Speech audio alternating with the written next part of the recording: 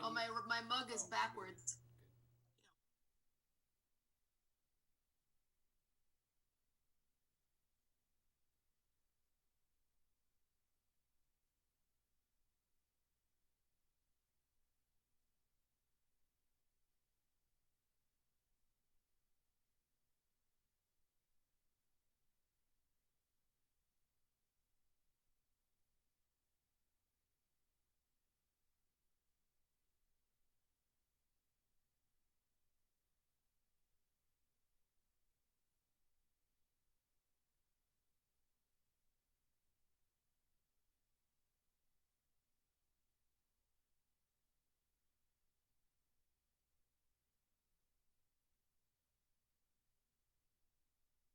Thank you. You don't want to mute during the Pledge of Allegiance. You're all the voices we can get.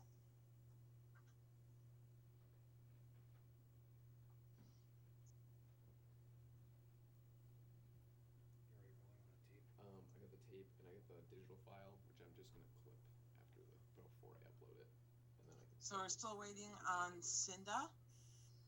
So I'm gonna give her another minute.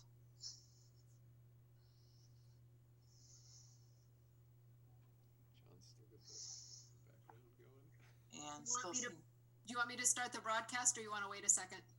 I'm gonna wait a second, and then I'll just give Merrimack TV the go ahead. Because then I should hit broadcast just before that. Okay.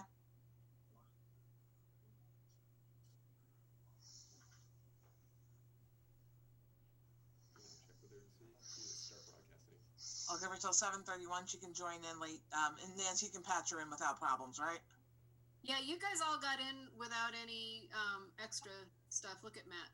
You okay? Because you're panelists, it just lets you straight in. Great. Okay. Well, then we can get. But I'll watch.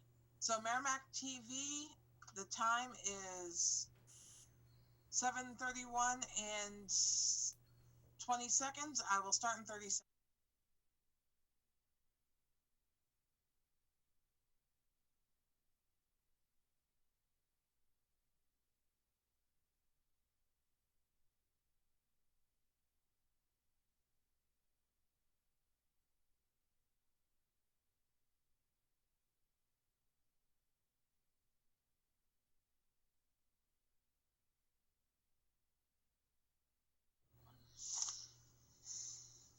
Good evening and welcome to the meeting of the Merrimack School Board this Wednesday, April 22nd, 2020. If you could please rise and join me in the Pledge of Allegiance.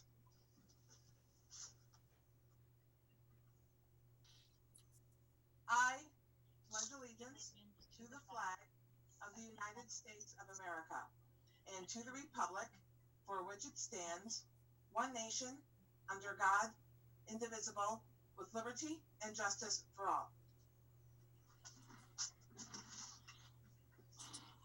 Thank you very much. And item number 2, I'm just bringing this down for sake of broadcast. Item number 2 is public participation guidelines for the remote meeting. Because we're remote, we don't have a live audience. So what we do is we accept public testimony in writing. And the way we would do that is one of 2 ways. If you go to our webpage, which is www.sau26.org, you'll see a meeting announcement for tonight's meeting. If you go on that meeting announcement, there's a link to a form, and you can fill that out, and it will be delivered to me at the end of this meeting. So at the end of committee reports, it will be sent during committee reports. It will be sent to me to be read. The second way is sending a direct email to publiccomment@sau26.org. That's publiccomment@sau26.org. And it will come directly into a mailbox directed to my email. And at the end of the meeting, they will all be collected. Just to clarify, depending on the amount of participation we do get, and so far we've been very fortunate, if the feedback that we get outweighs a manageable level to be able to be broadcast, it's an all or nothing proposition. So we'll either read them all on camera if it's a manageable amount, or if for some reason it's an unmanageable quantity, what will happen is they will all be recorded in our minutes, which is again a public and everlasting document, and would have everyone's information on it. Now, when it comes to the form, it does require name and address for the record, but if you send an email to public comment at sau26.org, we ask that you provide a name and address for the record, or it cannot be considered public comment. We do that for the reason that we want to make sure that the commentary and testimony you're receiving are coming from our constituents. So we appreciate your patience, and all names and addresses and comments will be entered for the record as presented. So with that, thank you, and we will go on to item number 3, which is the information regarding the last day of school for the 2020-2021 school year. And Mark, I'm going to turn that over to you. All right, good evening, everybody, and thanks to the board again for allowing us to have these meetings, as necessary. And so this is two weeks in a row, but it's all been necessary. So thank you very much. So just as a point of reminder, several weeks ago, we asked the board, authorized us to put out a survey that asked families about April vacation and whether or not they wish to work through April vacation or have that break. That answer came back that an overwhelming majority of folks wanted to have April vacation as a work through. And at that time, what that meant is that our school year would be reduced by 5 days. And so at that point, that date moved from June 22nd to June 15th was the date. Subsequent to that, at last week's meeting, we talked about continuing to schedule days at the end of the year relative to school days or instructional hours. We're allowed to do both, particularly in this year. We are allowed to do both, and then the school board authorized the administration to look at instructional hours. So it's a pretty complicated metric. As you can imagine, it gets into really some pretty detailed stuff like lunchtime and passing time and so on. But when you calculate all that, the elementaries require 945 instructional hours, and 7 through 12 requires 990 instructional hours. And so the first day that we get to those two numbers working out is May 29th.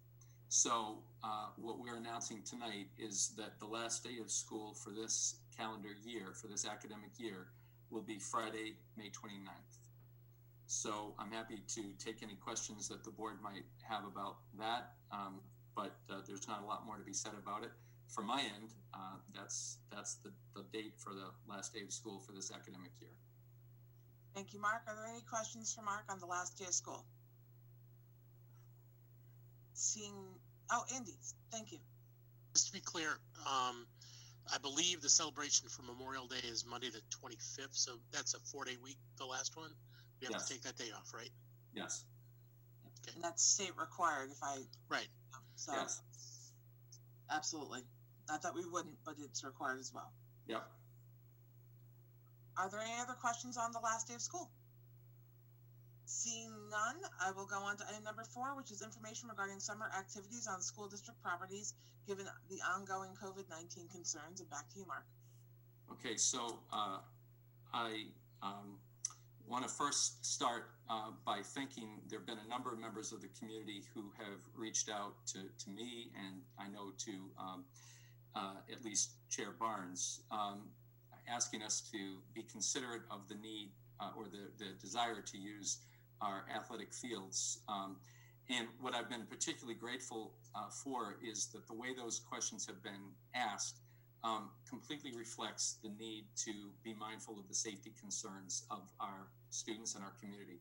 So I'm just really grateful for that and for that acknowledgement. And I also want to say, and I'm sure I'm talking for the board when I say this, that we're committed, as we've always been, to being good partners with the community in the sharing of our resources.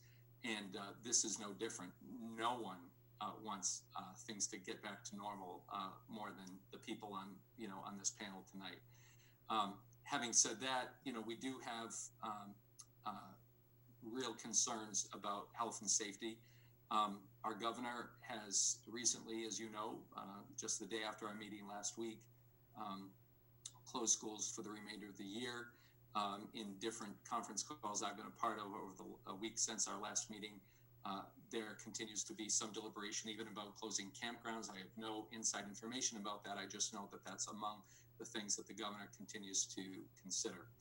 And so we in the school district take the position that we would not make our fields available before we got an all clear from the governor, the DHHS, that it was safe for congregation. So, and it was in that spirit that those requests came. And so again, I really appreciate that the folks who are asking us to consider opening up fields for all kinds of athletic events and other events, they understood in the nature of their question that had to be a consideration.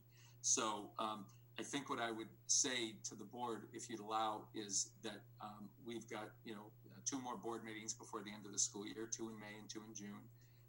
We know that things change by the minute, if not by the second sometimes. And so we can certainly revisit this. I think there's much that might change. But for the moment, our fields remain closed for any use until such time as we have a better sense of the safety that opening would involve.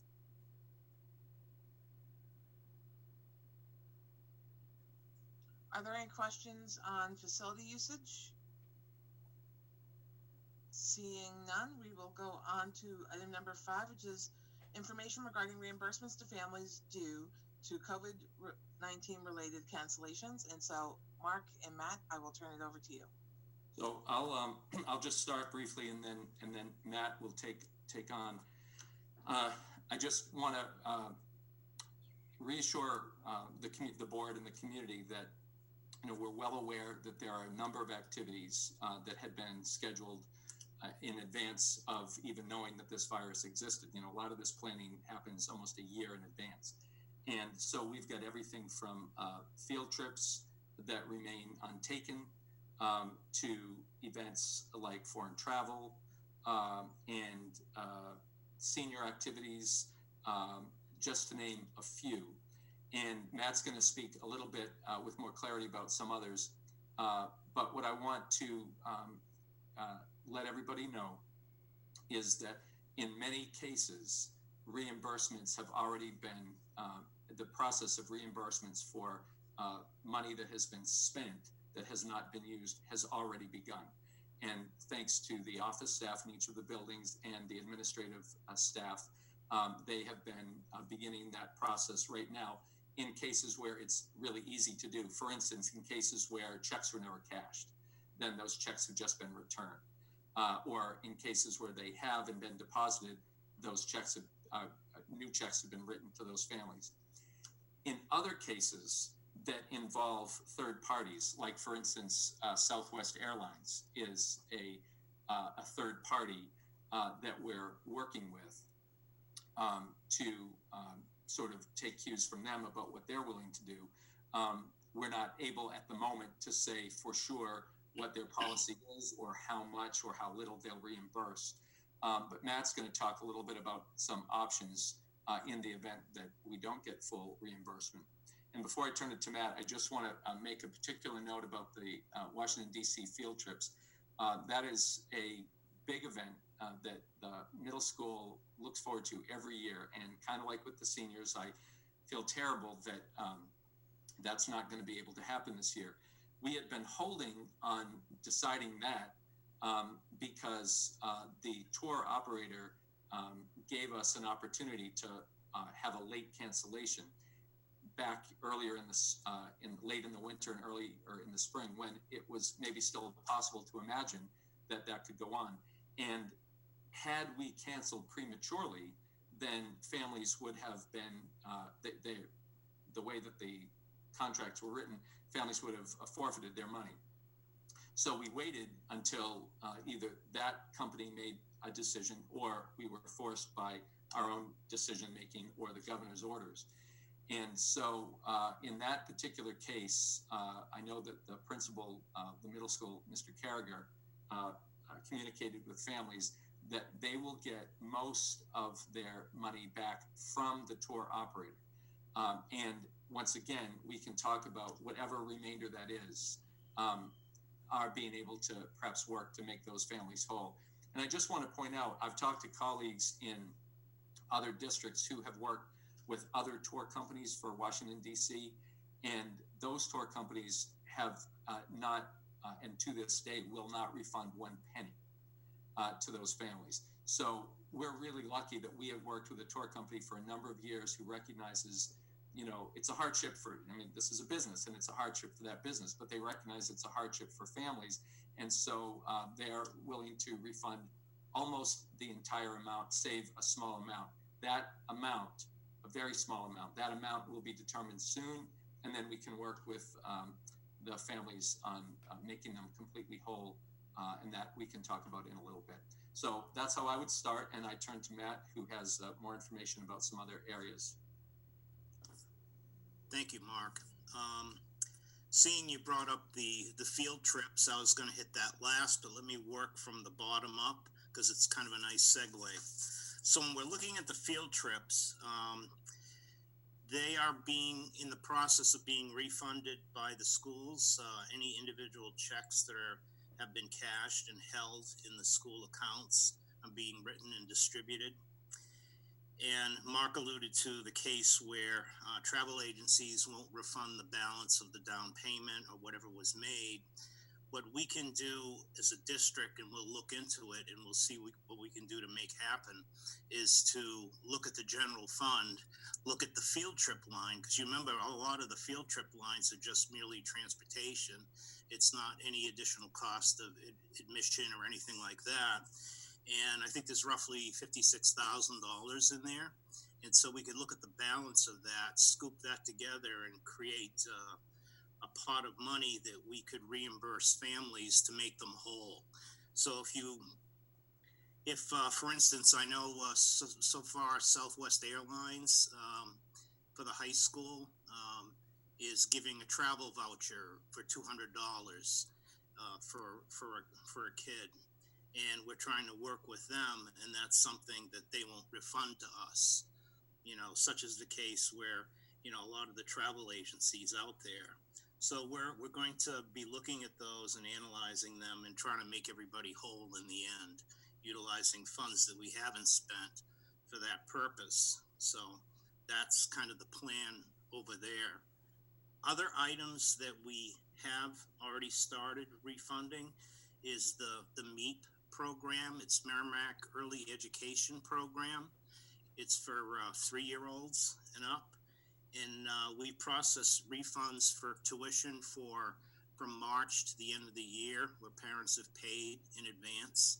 And we've processed those transactions and refunds. We still have a few to go to, but we'll get those done in short order. I think we processed maybe around 50 refunds of tuition, seeing we're not offering the program remotely. And then we get to lunch, school lunch. There's in the senior class, not especially, but talking about the senior class specifically, there are a number of negative lunch balances. So, and then there are a number of accounts that have surpluses in them. So what we're going to do is give people 3 options. If they have younger siblings in lower grade levels, the parents will be able to transfer the seniors' balance down to those levels if they want to. We can refund the account balances in full, or we can give them the option of donating their balance to those who have negative amounts in their accounts to help them out at the end of the year. So there'll be 3 options available for people, and you can do that by calling the food service department at 424-462, 6226, so 424-6226. You call them up and you tell them what you would like to be done with your balance, or you can send them an email. It's on the web page.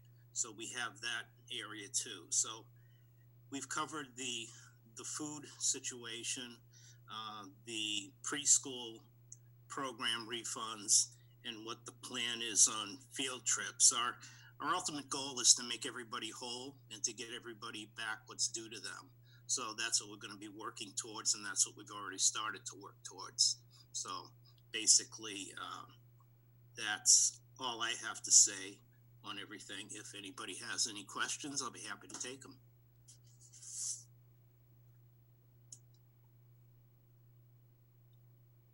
Andy has a question.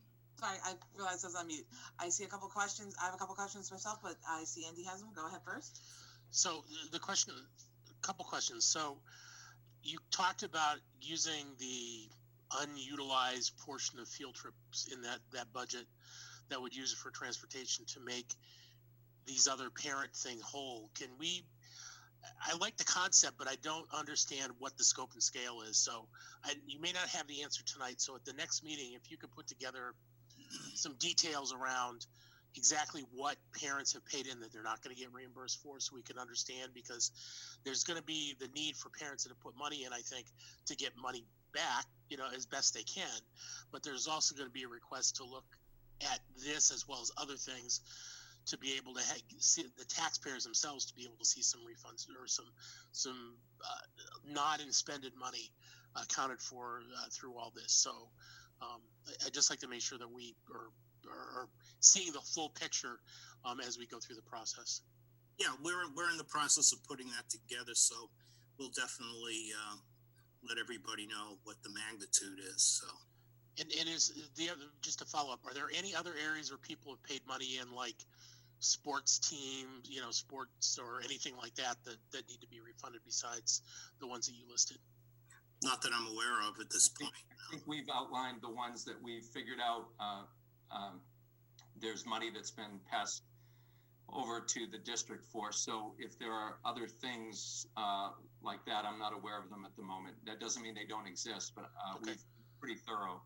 Right, and I would say I could probably pipe in on that a little bit. To give an example of the robotics program, their booster club, their parents' booster club, manages the travel, manages the collecting of monies, the reimbursements of it. It comes through their accounts. It doesn't go through a district account.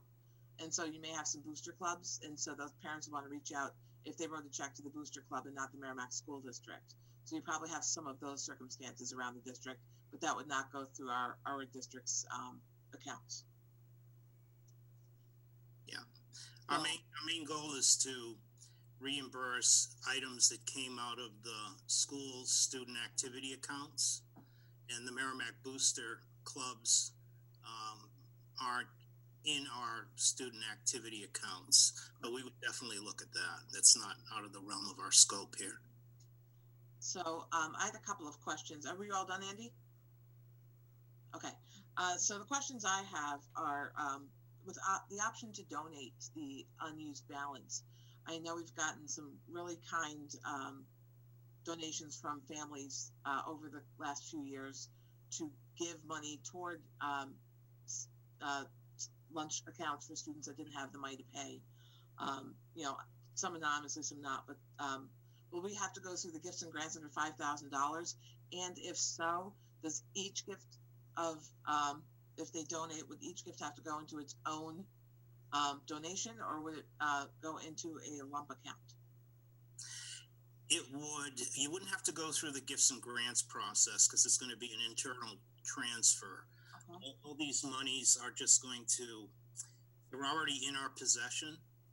So we already have them. It's the result of the enterprise fund food service collecting amounts. So it's just a mere transfer of assets from one person to another.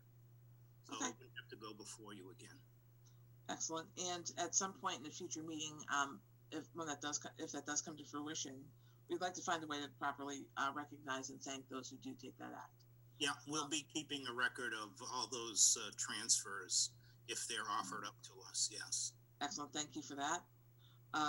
And then the other thing was to make families whole. We were talking about funds. Would the board have to make a motion? I'm assuming we'd have to make a motion to come out of general fund to cover those expenditures for those who maybe weren't made whole on some of those travel plans that came through school district activities. I think a motion would be appropriate, yeah. Mm-hmm. I think it'd be a good thing to have the board take a formal stance on it. Sure.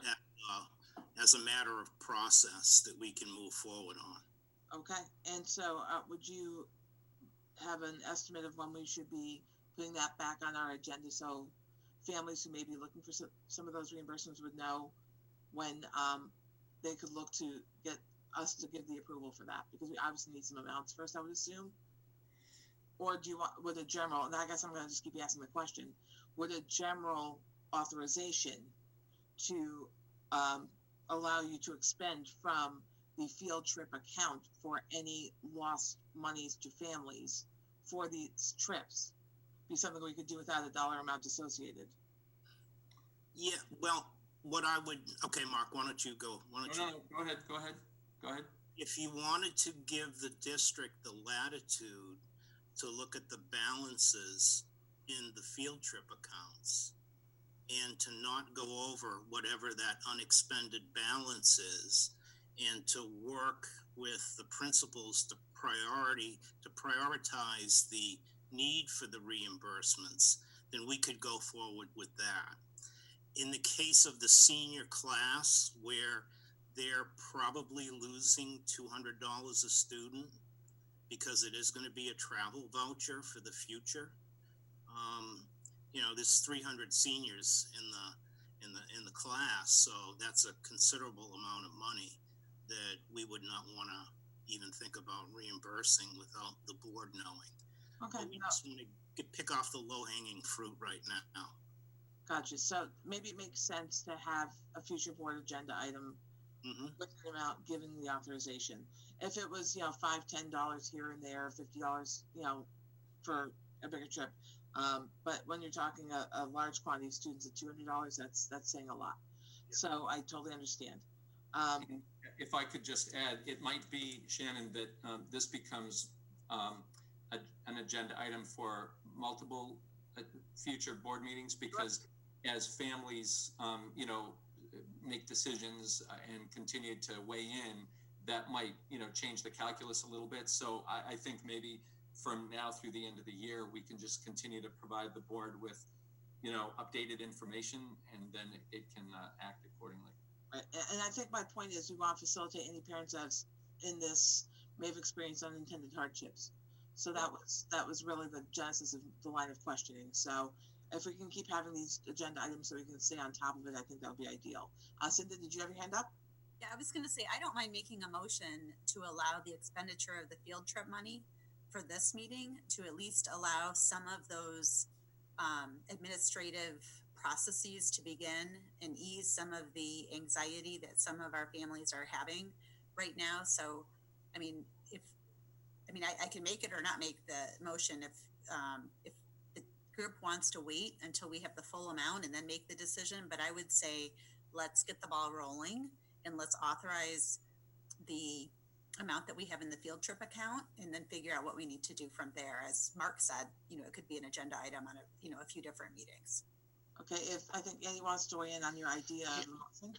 Yeah, no, I'm actually not comfortable doing it quite yet, because the reason my earlier question was really around understanding what all the components were that make it up and what it turns out to be. Because if it's small amounts and giving people, like Shannon said, little bits and pieces to refund things, it's one thing. But if we start talking things that get into the hundreds of dollars, we don't know yet about the refunds of the DC trip and other things. I'd like to see the picture and sort of the spreadsheet model before I vote to authorize it. Because I agree that we should probably utilize some of it. I just don't want us to have an unintended consequence of dumping the whole thing out because we as a board don't know the scope and scale of this, right? So I'd rather work from data rather than not. And our next scheduled meeting will be May 4th. So we're not really that far off. We're about a week and a half out. So would that give enough time, Mark and Matt, to get what I would call at least a good head start on a list of outstandings? Yeah, we'll try our best to give you, oh, sorry, Mark. No, I was just going to say, and then Matt chime in. Yes, I think so. Remember that until last week, this is part of the reason why, we were advocating last week and then so happy for the governor to make a move, because until that happened, all these dominoes couldn't begin to fall. And so it would be premature to begin to even talk about this when we didn't even know, where we stood with school and whether things would be officially canceled or not canceled. So, we're raising this issue tonight so that our board and the community know that we've not forgotten that there's money coming back to them. And sometimes, if you don't say it, you might know in your mind what you're working on, but if you don't say it, then other people wouldn't know. And so I really want those families, particularly those families for whom every dollar counts, a dollar counts for everybody, but you know what I mean. For those particular people who might be in some kind of financial stress at the moment, to know that we're working on their behalf. So again, it might be that yes, next May 4th will be, fine, and we'll have as much information as we can get to you at that time. And then I think 2 weeks hence, and then in June also, we'll probably continue to need to bring this back to the board. Fair. Okay. So Yeah. If that works for you, Cinda, go ahead, Matt. Just wrap up the idea. Yeah, I just wanted to say, right now, currently, we just wanted to bring it to your attention. Mm-hmm. And if you could move forward in an incremental fashion, that would be fine. If you want to see the whole picture first, that would be fine too. So we can work towards getting you, everything in a spreadsheet with a total bottom line. If everything was refunded for the next meeting, and put that before you. I just wanted to discuss this to make sure you're okay with the process and the path we're taking before we start putting everything together and expending energy with a spreadsheet to give you a true picture of the bottom line. Would this in any way delay the payments that some of our parents would be getting back? So if we made a decision, would we be able to get money back sooner, even partial? So like, let's say the DC trip, for example, would we be able to get refunds back to them for, would it be a two-step refund, or making this decision now, does it delay getting the money back to the families who may be in a financial hardship right now? Right now, currently, I don't have a list of all the participants in the DC trip and the amount per student that needs to be refunded. Middle school is working on that. So does it delay it? Yeah, it would delay it a little bit, but then again, it's going to be delayed anyway because I don't have all the data myself. So each school has to go through the process and calculate it for us so we can put it in a spreadsheet. So just by way of answering Cinda's question, let's just put it this way. What we're talking about are those cases where whatever monies a family put down would not be fully refunded, because there are lots and lots of things that we know right now, like for instance, $9 to go to the Kearsarge Museum, and that in those cases at the elementary, those checks are back. They're heading back to families. So there aren't that many situations where we are in a case where we know something will be canceled, and we don't know what we're getting back. There aren't that many of those. Well, Washington D.C. is an example of one, but what we know is that 90% something like that is coming back to families. So the difference would be that times the number of people in the eighth, students in the 8th grade who are going to go. So there aren't that many cases. There are certainly some, and they're important, all of them. So in those cases, we theoretically, this decision to delay does delay, because I think Adam Carragher will know probably within a couple of days. And yet, having said that, if our next meeting is May 4th and we can bring you information about the middle school 8th grade Washington D.C. trip, then depending on what number we give you, then we could get those right out. And again, it would be a question of, if just saying in round numbers, and I know this isn't the case, but if the DC field trip costs $200 and the company gives back 150, then the number we'd be giving the board is 50 times the number of 8th graders. That's the thing we're talking about. So I guess my question is, so let's say the 150 that they are going to get back, would we be giving them, these parents, their monies back in two parts? One which, might automatically come back sooner, and then the second part that we might possibly do. What I was trying to say is, with the decision of that delta of the, whatever that amount could be, waiting for that, would that wait and make us not give the $150 back, and therefore cause a delay to our families? That was really kind of the gist of my question, but I think you answered it, because you're saying we can still go forward and give whatever reimbursement we give based on what we get back from the third party, but we can deal with the other items separately. Yes. If I can just clarify, Mark, you did a great example. I'm going to play off your example. The $150,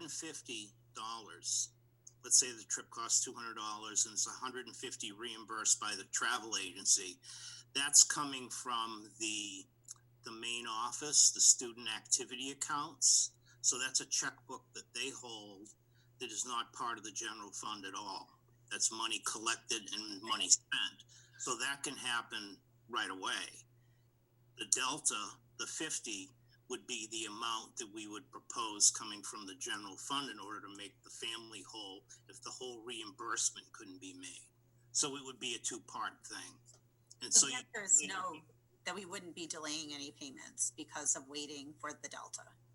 You would be delaying complete payment, complete restitution, but you wouldn't be delaying the initiation of payments from the student activity accounts. That's correct. Okay. Thank you. So on that note, are there any other questions regarding reimbursements? Seeing none, I expect we're going to see that at our next board meeting at least. But at least we have some open communication about our intentions and our ideas and what work is being done. So thank you for that. On to item number 6 then, which is information concerning ongoing planning for summer school and extended year program. So Mark, I will turn over to you and John. So I'm really going to just bat it right up to John. Okay, thank you, Mark. What's very, very different about this time is we know we're in a remote learning point, but what's very the same is this is the time of year we start these conversations about ESY and summer programming and going on. So I've been in contact with Heather Barker, our Director of Student Services, around ESY, which runs pre-K all the way through 12. I've been in touch with Deb Fournier, who runs our summer reading program at our elementary level, K through 7 last year we ran it. And then I've been in touch with Sue Lurs, who runs our title program. And I've also been in touch with Ron DeLute, who runs our 8.5 and our credit recovery program. So it's been a week of trying to, let's put a little task force together and start doing some planning, that we have some parity and do our best in a remote situation, which we will still be in, to plan for our students this summer. I'm sure it will be very busy. There'll be a lot of students with need. We've began that process and conversation to talk about how will we meet all these needs and move our programs, as we've done in this fourth quarter, move them to a remote atmosphere for the summer. Because right now, that's the order we're under. The commissioner and the governor both said we'd be in a remote to plan for a remote atmosphere. So we're doing that right now. We have our first big summit meeting on Monday morning that will start some detailed planning on what will happen and how. We've had a lot of conversations around how do we integrate the academics with also some more ideas and thoughts about being active, and we're trying to work together and plan that out right now. And I'll just, if I could just chime in just a little bit. You know, we've been saying all along, and I think every meeting until the end of the year, we're just going to repeat that what we are literally in uncharted territory. That's become such a cliche, but it's a cliche because it's true. And we really, literally, there's a precedent for this. What we know is that there is going to be a need to support a lot of learners. And that's not because, our teachers and our students and our families aren't giving it their all. They certainly are. And I'm proud of what we are able to provide our students. And some are thriving in this environment, and others, for a variety of reasons, are not as much. And so what that means is that we really have to think an awful lot about what this summer is going to look like, what next fall is going to look like. And it's going to require just a lot of new thinking. And one of the things that I'm really encouraged by, and this is under John's leadership, working with the team, is how eager they are to do that, to really open the box wide and think differently about a lot of things.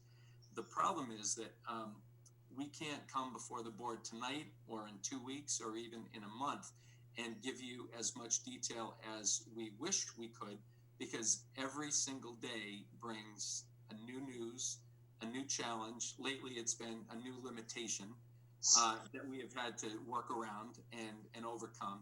So for families out there who are, wondering what will it look like, I wish, no one wishes more than us to be able to tell you definitively. But I think John said an important thing when he mentioned a task force. That tells you the seriousness that we're taking this and the efforts that, we're going to bring really smart people together to think about this and to try to provide the kind of supports that, our students need. And those supports are really different. Some of them are remedial supports. Some of them are extension supports for students who need continued challenge. And so,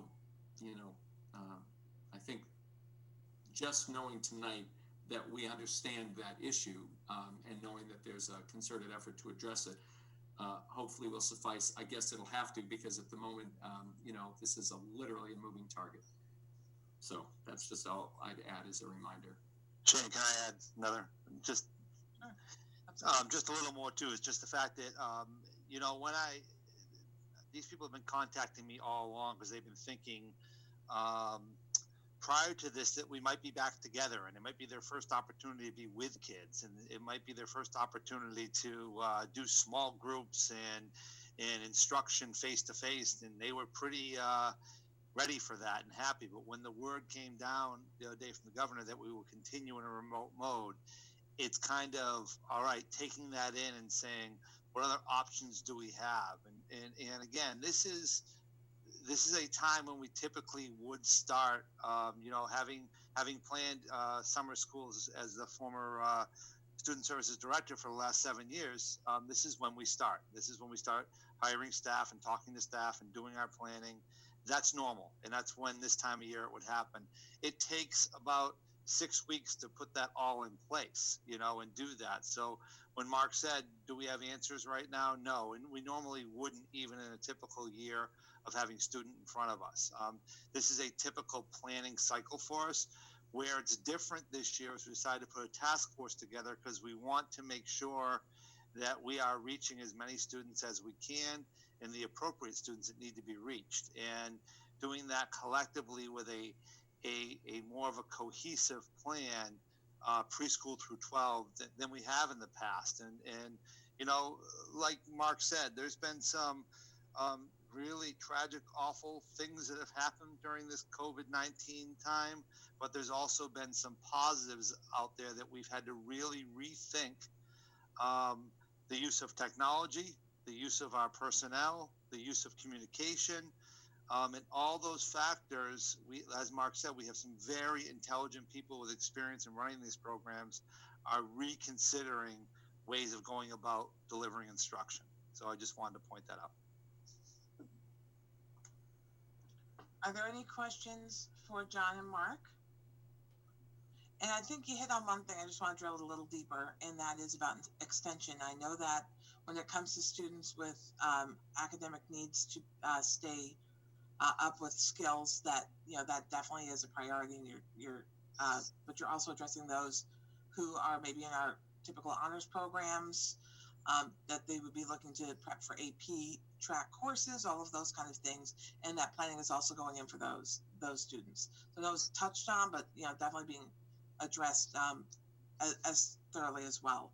So I think that's important, especially I know as you're planning for the end of the school year and it being so different, that's also for those students who would be considering honors classes, preparing for accepting into those honors classes and the process that we normally go through to get to those honors classes, and then the summer projects that come with it. So how those are going to look in this new learning environment. So just some thoughts on that. So just wanted to kind of hit on that a bit. But if there are no other questions, and I'm just looking up one more time, then we're going to go on to item number 7, which is updates on curriculum, assessment, and grading. And John, I will turn it over to you. Thank you. Mark, do you want to start or do you want me to jump in? I think you're on a roll. Okay, thank you very much. This is my third meeting that I'll be giving some updates with, and some of these updates I'll repeat myself, but that's more just to put an emphasis on some decisions that have been made, and also to move forward with more decisions been made. It's been an active time. Our leadership team has been meeting a lot since last week when the announcement came down. We're trying to make collective decisions as quickly as we can to try to alleviate some of the concern that's coming from the community, and also do some planning that's helping all of our grade levels, but mainly this week has been a lot more focus on the high school, because we have a senior class, and as I've told many, I have a senior myself in another district at home, and it's a difficult time for those seniors, and we want to make sure that we're making decisions very readily and now that are going to help lay some platforms for what's going to happen over the next few weeks. So I'm just going to go through a few decisions that we've made, and with the high school team as of this morning, we really sat with all the department heads and kind of said, this is where we're moving forward. So I'm going to share a few things that will be coming out to the community in the next couple days from the high school. First of all, with grade point average, we've made a decision that semester 2 will not impact students' grade point average. That means that we will grade them. They will receive their grade. Their grade will go on their transcript, as always, but their GPA will not be affected. So the grade point average will not be affected from semester 2. So that's important to know. And where that affects the seniors, well, all decisions that have been made already around valedictorian and class rank, well, that happens after the first semester traditionally, and that has happened already. So this will not affect that group at all. And just moving forward, we felt the fairest way for all students in the high school was to suspend GPA for the remaining second semester. I talked about it previously that we will not be using competency. Can I just interrupt for a second? I just want to be clear, because when we say suspend GPA, I think you mean freeze GPA, not suspend GPA. Right. That's what I meant by it. It just means, I'll clarify it. Thank you, Mark, for the clarification. Yeah. That just means that this second semester will not count towards their GPA, just to be clear. And there is confusing because there's a lot of different components to that. And I'm going to keep going, then I'll answer some questions about the high school after. Again, I talked about competency grading earlier, that we will not be using competency grading in the second. We usually have that dual system. We will not be using competency grading in the second semester. Again, we're focusing on the four to six essential components that we've talked about. Teachers will establish deadlines, and then there'll be a 2-week grace period after those deadlines. We've talked about that previously, but I want to reinforce it. And again, students now, a lot of questions came in. Well, what about students who don't achieve a passing grade, and what happens in those situations? Because we know there's many students in our community right now that are having difficulty, and sometimes they don't have all the things they need at home to learn typically as they would have got in the classroom or the instruction, and it is difficult. We realize that. So for those students that don't achieve the grade, they'll receive an incomplete in the course, and we'll offer a grace period again for that incomplete for the first month of the quarter next year. So they'll have several options on how to complete that, or for students that this does not affect their means to graduate, such as an elective or a course that doesn't they don't need in for graduation. They'll have the opportunity to withdraw from that class with a W, and those will be options that are allowed to them as we move forward into next year. We talked about it. Next year can't be exactly the same because we have just spent our fourth quarter in a remote atmosphere, and I think that was one of the larger conversations we had with the department heads this morning. And some of that is going to be we're going to have to give some leeway on this, and we're going to have to work with students with multiple options to try to receive those credits that they may not have in this quarter.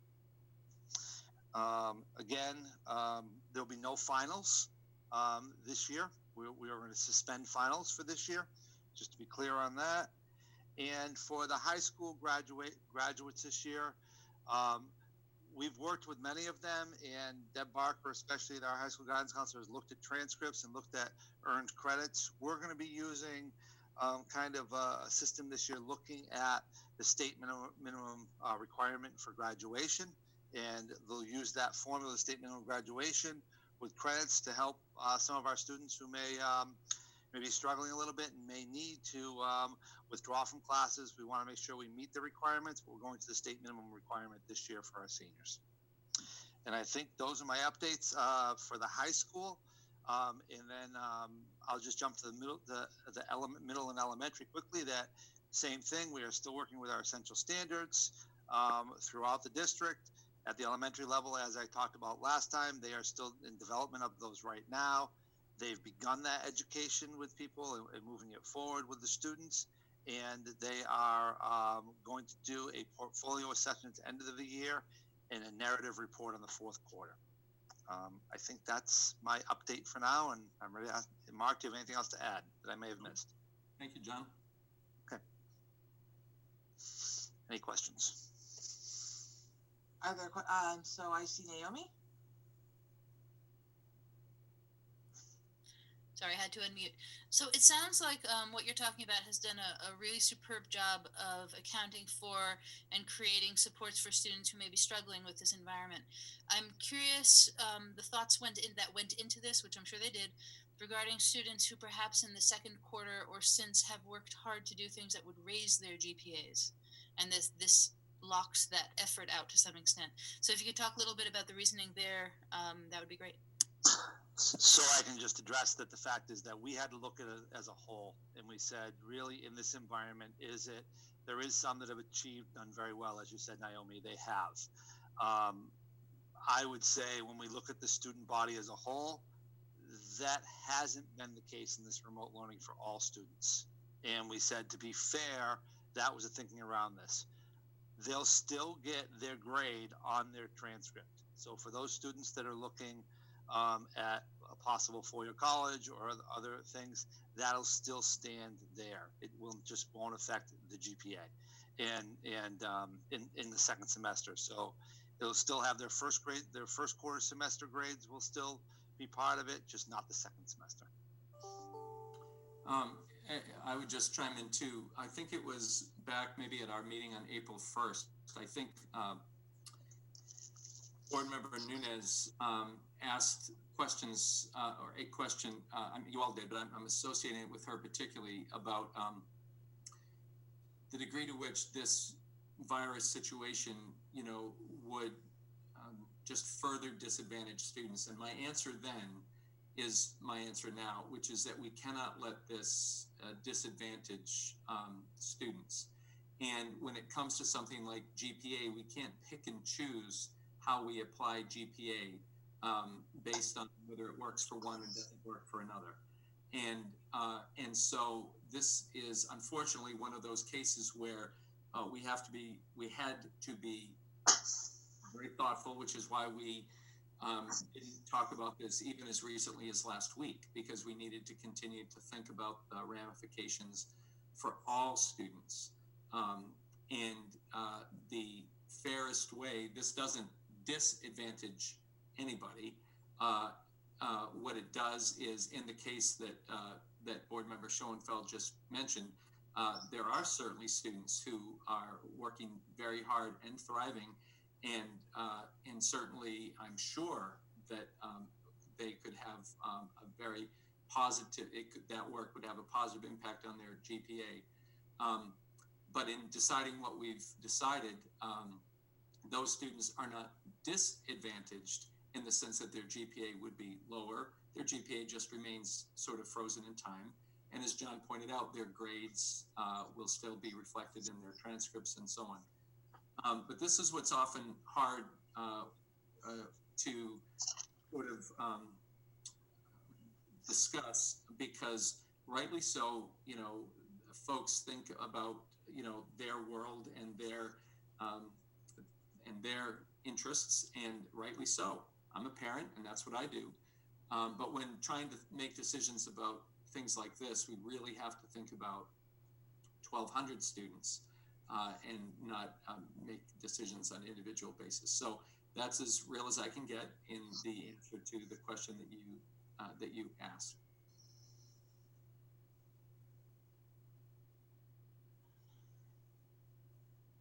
Oh, Cinda, sorry. So if you could tell me a little bit more about, you had said it's not going to disadvantage, and I'm talking specifically about the high school students, 9 through 12. You had said it's not going to disadvantage what you're putting out, those students, because of their grade point average will freeze. But how will they be disadvantaged, those that are college bound? If their grade point is severely dropped because of the remote learning experience, and let's say they're a freshman, by the time, are you getting any education? And I'm assuming not, because it's so early and premature. But are you hearing anything just in the overall education world of how colleges are going to be handling the second semester, this particular second semester? So I'll start with the second part that you asked, and that is that no, I mean, my wife works in higher ed, and so I know that in her particular college, they're having those conversations right now about next year's incoming, freshmen, and then in subsequent years. So no, I don't think there's a consensus. What I think the challenge for colleges is going to be that every school district in the United States is handling this in their own way. Now, there aren't that many ways to handle these things, and so they're going to cluster around, these are the kids for whom this was the case, and these are the kids for whom this was the case. But in general, they are going to have to, I imagine they're going to have to reflect the reality that's coming to them, over which they didn't have any control, and be as flexible as we've had to be in K-12. As to the question, I want to try to be careful in my use of the term disadvantage. The point that we were debating over and over and over again is the issue of, for students for whom remote learning has not been optimal, either because of access to technology, or because they need the supports that a school setting can provide or a teacher can provide, or because based on their family situation, they're having to spend a majority of their days taking care of baby brothers and sisters, or taking care of house duties because mom and dad are working. Those students would be disadvantaged by having to have this semester. Remember that second semester is comprised of 2 quarters, and even third quarter was interrupted dramatically on March 15th. And so it just, they would be disadvantaged. In the case of students who are thriving, and there are many, let's remember that the biggest goal is that they continue to learn, and that learning will propel them to future success next year, and that counts for a lot. And as John pointed out, their grades will be recorded. I mean, this is real school, and their grades will be recorded and will be part of a transcript. But to assess who's done well here, okay, your GPA will count. Who hasn't done well here? Okay, yours won't. It is just an untenable thing. It might seem reasonable to do, but it is not a tenable solution, in our opinion. And there are many districts who have made that decision, and others who haven't. Good for them. And that's how they've resolved it. So I'm not in a position to judge. I'm sharing what our team has given a lot of thought to this. And it would have been easier, frankly, to come out a couple of weeks ago and tell you where we were on it, but we weren't ready. And I said, I think at a previous board meeting, that we didn't want to just jump right out of the chute and say glibly this or that, because there are a lot of things that need to be considered. Okay, so let's for a second talk about those students on IEPs and 504s that would normally get supports in school, whose grades may dramatically drop. How are we handling that? How is I can address that. So I think that is some of the consideration that was a big part of the conversation around the incompletes, because there is a situation. We have students with 504s and IEPs, and actually to hear Christine Reinhardt today report out saying that a lot of the kids are doing very, very well with a lot of supports in place right now, and our team really rallying around the population of kids in the high school, which is close to 200 kids, that is they're working with and helping support in this environment. However, some just need more time, and the reason for the eyes was the opportunity to give more time to say, okay, if there is more work to be handed in, more work to be passed in, more instruction needed, well, then let's take time and do that. And if we can't get that done between now and possibly summer school, and that gives us the whole first month of the next year when we do return and we are face to face, to make up those essential components that we've broken down the curriculum to have. So we're in a way doing what's essential in taking those components and helping kids, supporting those in the essential factors. That way we can help them on what they may not have been able to do independently or needed more support doing. okay? So what advice would you give parents that maybe they're looking at their Q3 grades of their students and they're concerned, they're not seeing an I, and the students are on a 504 or IEP that would normally get additional supports? What would the answer be? Should they reach out and make sure they get an incomplete? Should they contact their case manager? What? Yeah, yes to all of that. And yes, they should certainly, first of all, reach out as always, reach out to the teacher, talk about the struggles, and have those direct conversations, ask for opportunities to converse with the teacher. And if it is a 504 student, certainly Christine Connor, reach out to her, the 504 coordinator. And also always guidance, and always, if it's special ed, there is the case managers, there's Christine Reinhardt. Reach out to all of those people, and talk about what needs to happen and what supports need to be in place. All right, thank you. Are there any other questions regarding curriculum assignments and grading? Brandy. Can you tell me a little bit more about the decision to go to state minimums? It just, I think what it is, it gives just a little more flexibility in some than our current process right now that we have in place when it comes to the way credits are configured and the way sometimes we can offer for certain coursework dual credit, for certain areas. And I think that that's kind of why the decision was made, because it allowed for more opportunities for our students to meet that requirement and graduate. And that's really the reason behind it. It's a whole, there's a minimum of 20 credits for the high school diploma. And it's broken down with certain areas such as, art, digital literacy, English, mathematics. But the way it's broken down is kind of, best way to say it, it's a little bit not as restrictive as our current process now in Merrimack. Okay, so I guess my concern would be relative to, I know that this is a totally different learning environment, so we do need to modify, and I totally appreciate that. I also appreciate the fact that there is going to need to be some modifications to how much can be taught during this time in a remote learning experience, as well as with parents and siblings and everybody being in one home. We are limited, so I definitely can appreciate that. My concern is that we're going to what sounds like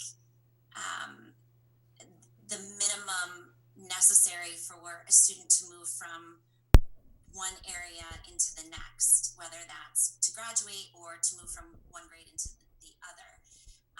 And I wouldn't want anybody to walk away from this meeting having an impression that we as a district are lowering our standards, but rather trying to make the best out of the situation and accommodate with, helping and encouraging our students to learn in what works best for them given this scenario. So I just would like a little bit more clarity, if you could, surrounding the state standard and what we're trying to do as far as meeting our own assessed understanding of rigor and quality education. So I think, Brandy, I thank you for asking that, and I would say that embedded in your question is the answer. And so I would just say it like this: we always pride ourselves in Merrimack on having a higher standard than we have to have. That is just sort of in the DNA of our school district. It always has been, and nothing about the COVID virus is going to change that in the long term. However, you just said in the way that you prepped your question that we have to sort of deal with the reality that we've got in front of us, and that means that we have students right now who, for all the reasons that we've said, are some students are struggling, and if we were completely inflexible when it comes to those standards, we would be letting the virus disadvantage them. So the balance that we have walked all these weeks is the balance between trying to maintain rigor as best we can in this environment, while at the same time acknowledging that it's not awesome for a lot of learners. And that's just a fact. That's not the district's fault. That's not the parents' fault. That's the virus's fault that has forced us into this situation. So we've been having to walk that line. And one of the early decisions that you heard John make, that you heard John reference weeks ago, was to go to particularly at the high school, but now across the grades, really 4 to 6 essential standards. And that was a really significant decision, because if we hadn't made that decision, it would have meant that that if you look at my hands, like this would be second semester, and there's just a ton of stuff. Some of it's really important, some of it's absolutely essential, some of it's kind of important to know if you get to it, but it would all, because you have the time, it would all be. Well, we don't have that luxury anymore, so we've had to really say, okay, what really counts here? What really, really counts? To your point, what will we present to students instructionally, and then look for them to demonstrate back to us that can assure us that they have met the standard that says, yeah, you're good to go to 5th grade, you're good to go to the 9th grade. And we've really had to pare it down, and that's one of the things that I think John was alluding to when he says there are some silver linings here, because that's good work no matter what. We've got to do better as educators, not just in Merrimack, but in education, to really, what is really important here. When I was a teacher in high school, I use this joke, John and Matt are probably going to laugh, they've heard this before. I used to think that it was very important to, tell students that Shakespeare wrote, 32 plays or 20, whatever, and then I would actually teach that as if it mattered, and then I'd have it on a test. Shakespeare wrote blank plays. And then, they would get that right, and I would cheer for myself, because yay for me, I taught them that, but what does that mean? What does that even, I want to apologize to all my former students that I ever even cared about that. But that's the point, that we've got to be really, so what's really essential? So we've really drilled down on that. So I don't feel like by referring to the term minimum standard, that's reducing the standard. It is manageable for most students in this environment, more fair than it would have been otherwise, acknowledging some of the limitations that they're under, and then allowing students who are challenged, and in a good way, and really excited by this remote opportunity, then they are soaring, and that will be reflected in their grades. So I think I would say back, we are not reducing standards for the sake of it. We are trying to create the conditions that are most favorable to student success, while at the same time making sure that that there's that balance of rigor and fairness. And so that's how I would respond to the question about the minimum standards.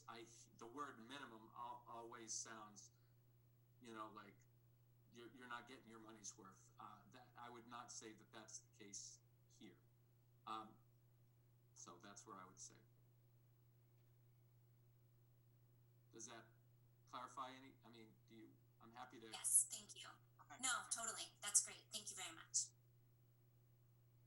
Excellent. So are there any other questions? Naomi.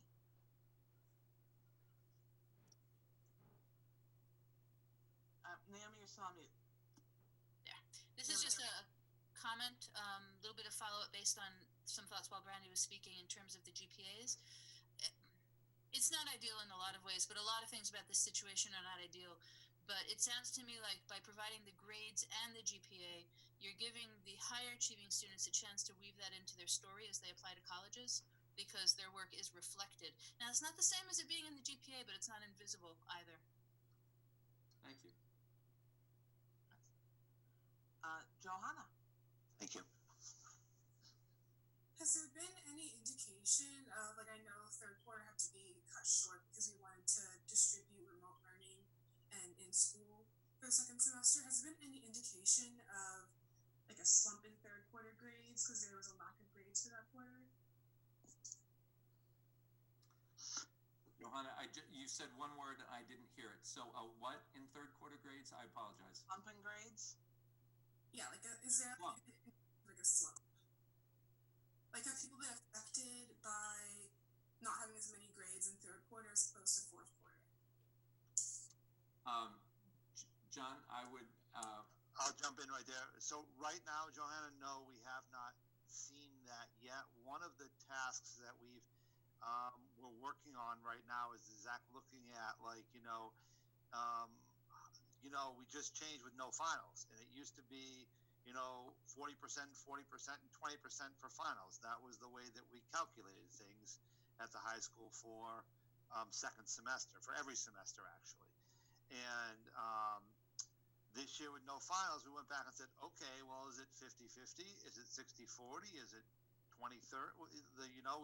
We asked that question of ourselves. So we don't know that question yet because we just closed grades and they're just coming out right now. So we've asked department heads to go back and look at that exact question. So it's a very astute and smart question, because we're in the same thing. What was the effect of that shortened quarter? Where did grades end up that typically would for their students? And hence, where are we right now in fourth quarter in the amount of what you said, the amount of grades? Is there the same amount, using your term grades, what about the amount of grades in fourth quarter? Where are we with that, since we've pared down to 6 essential standards? So where would that balance be? And that's a question yet to be answered. And I'll be honest with you on that. But where will the weight of third and fourth quarter go into that final semester grade? Hence, one of the decisions to say, this is all so new, also still trying to figure this out. You know what I mean? The fairest thing was to do to say that GPA, we would not count that GPA because of all of those reasons I just said. And that answer to, are they lower? I can't give you that answer yet. I don't know yet. That's something we asked the department to go back and look at, and we're going to talk about in the upcoming weeks. And thank you, John. That's an excellent answer. And Johanna, I would echo John's sentiment that it's a good question. And I think that what we've concluded is that we don't have the data yet, as John indicated, but I think we can assume that it will have an impact and that grades will probably be lower. I think that we can assume that for all the reasons that you said and that other reasons still. And I think that normally, we try to make data-driven decisions. The issue with the GPA is that this is one where we've had to assume the likelihood of grades diminishing, which is what prompted us to make some of these other decisions, which need to be made soon, even before we have sort of the data to show it. Because I think the anecdotal experience is that, well, some students are doing very, very well, and there really are other students not as much. And so I would say this is a case where, though we don't have the data in front of you to say X percent had this percent decrease, we can pretty much assume that is so. Excellent. Any other questions? Cinda? I would say as we look at the data as a district too, to look at, look at it in areas of study, what particular areas of study that may be especially challenging for students in this remote situation. So, albeit, let's take foreign language, for example, how are our foreign language students doing? And absent some tools that we have as a district to help promote that remotely, are foreign language students really struggling with their classes, for example? Or what other classes that could be similar to that? Chemistry with the labs. Is that something that, is taking a disparate hit as it relates to the students' grade point average? I don't know what we would do about it, but it helps to have the data to figure that out and to see if maybe there's something we should do. I appreciate that, and we can and will I'm sure drill down to that level. And what I can tell you now is that when John was talking about ongoing planning for summer school and extended year, that kind of information is going to be, necessary for us to then determine. So if you need extra supports, why? Would you have anyway? Or did you primarily because your learning was conducted in this environment? And if that was so, and we're still in a remote environment when we start remediating, what do we have to do then to address it? Because, if we keep doing the same thing and expecting a different result, what Einstein said about that. So we are really going to have to start looking at that kind of information. And it also, and I just want to reiterate something that John said earlier, that we all, as administration, as board, as community, we all have to recognize that when school starts again, in whatever form it starts, it cannot look the same. this has been too profound an event to assume that September rolls and, oh, we're all good to go and everything is hunky-dory like nothing happened. There are impacts on students that will take time to accommodate. And so I say that because it's going to take all of us repeating that to help us recognize what's going to be a necessary reality. Just today we were talking about sequential courses. And so if, for instance, you are in French 1 now and you're planning to be in French 2 in the fall, that presupposes a certain level of work achieved by the end of your French 1 year. So because of COVID-19, we're not going to say, well, you can't have French 2. But on the other hand, we're going to have to reflect that even though remote learning has been as good, I think, as we can make it be, there are also going to be limitations there. So French 2 isn't going to look exactly like a traditional French 2 the first day of school in September. And I wish it weren't so, but it is. And I think we have to speak in those terms when we're getting our mind wrapped around what will next year look like. I'm sure I feel it too, with my own family and my own personal life. I just want this to end, and I want it to just be like, all right, that was bad, and move on. But we just can't. And so the sooner we get our brain wrapped around that, I think the better that's going to be for everybody. Yeah, so here's the deal too. I mean, there's nothing to say we're not going to be in a similar situation next year. So, I mean, we don't have to talk about this now, but I think we do have the time to prepare and how we would do things differently, or what we would do if we end up getting pulled next winter into a similar situation, because I'm not hearing that situation won't happen. And, as a district, I think, we're going to want to be prepared for that too. And again, that's a topic maybe for another day, but I just felt I wanted to say that. And I'm sure you're already thinking of that as well. So that's for sure. What I also appreciate about what you just said is it's a dose of reality. The impulse to just get back to normal is strong. I feel it too. We all feel it. But there's danger in being too confident about that, in my opinion, and then just act like it couldn't ever happen again. And so you're right. We are thinking about that. John? So as I've said to the team, let's plan for this week, and we'll worry about the week after, and I think that we've had to keep that mode, because every next week we've had new information. Look at how this has unfolded in our history of where we've come, since, the middle of March. I mean, it's been, it's been very different, where we are today as we were last week. So I think that that's the focus we need to stay on. And I think that right now we're there into the summer. And then when we get closer to the summer, we've already talked about the first 6 weeks of school next year. And if we are hopefully face-to-face, I'm going to keep my hopes up as long as I can. It's going to look very, very different from all the way through, our kindergartners and going to first grade. I mean, there's a lot of work that has to be done there, that goes on. And, all the way through our entire system, we have to really think about what does that look like when we open the doors. And if we think it's going to look exactly the same, Mark said it, I'll reinforce it. It can't. It has to be looking. The thing about, I said there's been some positive comes out. We've grown a lot, and we've learned a lot more about communication and a lot more technology than we've ever known. And at one point, that may have been a place that we may have been a little bit farther behind on, but I would, again, champion and commend all of our schools and our educators and our administration that really has pushed forward to try to communicate the best we possibly can in the situation. And I think we've learned from that. Brandy?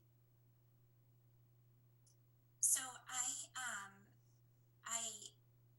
I mentioned, not last board meeting because I wasn't part of that one, but the prior one, about regression, and some of my concerns relative to regression, considering all that we're dealing with currently. How do I know that, John, when you say we're going to focus on this week and we'll deal with next week, and I totally appreciate that because it does consistently change.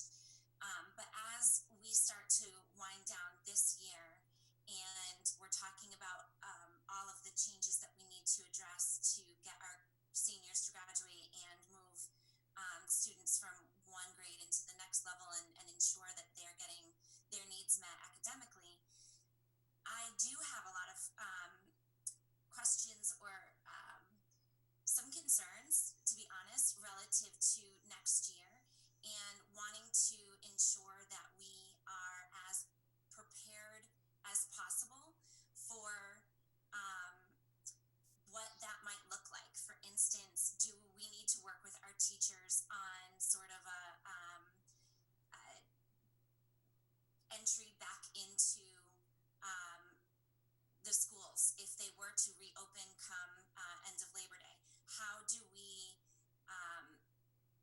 handle that process if we're not able to get back into the district or into the schools? How do we as a district handle another round of this but raise the bar that much higher? So I appreciate the need to focus on the now, but I also am more of a proactive, I like to take a proactive approach to challenges, and there has been some talk of round 2 and 3 of COVID. Whether that happens or not, none of us will know, but I'm really big on being a planner. So as we're going through this and we're finding what isn't working and what is, I would love to capitalize on what is. And I'm sure you guys, this is, already gone through your minds as well, but wanting to capitalize on what is working and really working with our teachers to truly understand where their pain points are in this, but what successes we're having and how we can take that moving into next year. Hopefully, to start September off on the right foot, no matter what comes our way.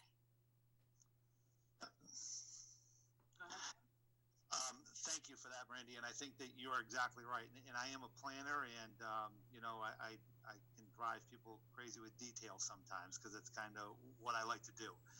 And I think that the principals and I and Mark and Matt, we've already started that conversation about, and I said it, I call it the first 6 weeks, and I've said it many times that it has to look really, really, really different. You talk about remedial, you talk about, and not for all, because some kids are really learning well in this environment, and they're getting those essential skills that Mark talked about and paring down, and those are the important components kids are getting.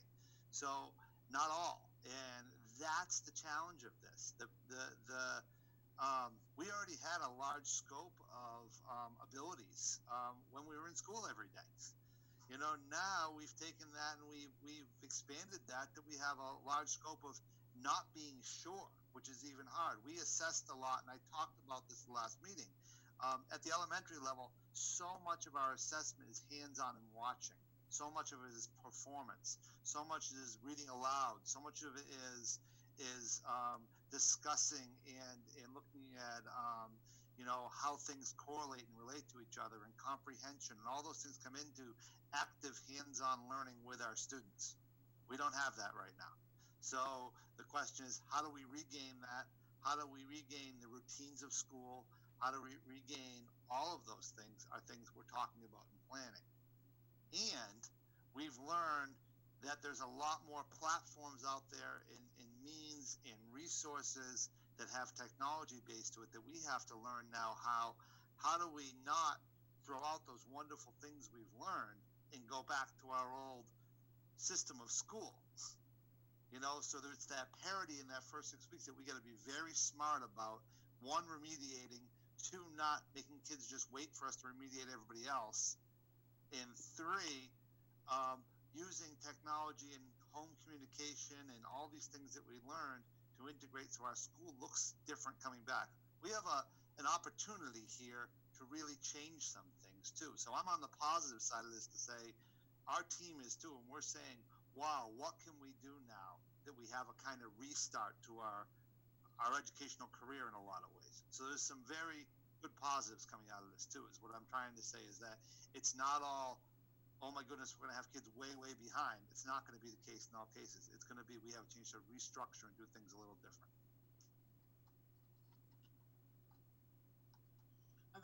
Cinda. Can I just confirm something I believe you said earlier? Can you confirm that the elementary levels will be pass fail? Is that what I heard you say? I just want to make sure I have an understanding. No, I did not say that. Okay. No, I want to be very clear. I did not say that. I said Okay. very clearly they will be going down to, again, essential standards and essential components, and they'll be asking for a portfolio assessment. I talked about that at length last meeting, and I want to just clarify that again. They will not, they will look at kids and using a universal design format, asking them to show what they know in many different ways. Students will be collecting materials, and they'll be again turning in materials, more of a body of work versus individuals' daily assignments as we go forward into this fourth quarter. And then they will get a narrative at the end of the year about their progress towards that. But the grading will essentially be the same as it has been. It'll look the same. It'll look the same on paper. That's what Well, no, it will not. I said the fourth quarter will be a narrative. We don't give grades in our elementary level anyhow. So it's kind of, you know, the only place that will be different is in our 5th and 6th that we did give letter grades to. We won't be giving those in the fourth quarter. We'll be grading them on the essential components that they complete. So I'm still unclear. I'm sorry. So it'll be, the fourth quarter will be a write-up, essentially. Yes. Yes. Without anything more than the words in the summative assessment from the teacher to the parents. Yes, that is correct. Okay, thank you. And can I just emphasize for clarity's sake, I know it's probably pretty clear, but I just want to restate it. So that's from K through 6. Correct. Okay. Correct. So the upper elementary school is not going to be treated any differently. It's K through 6. Correct. And just to, because I'm really grateful for this, conversation.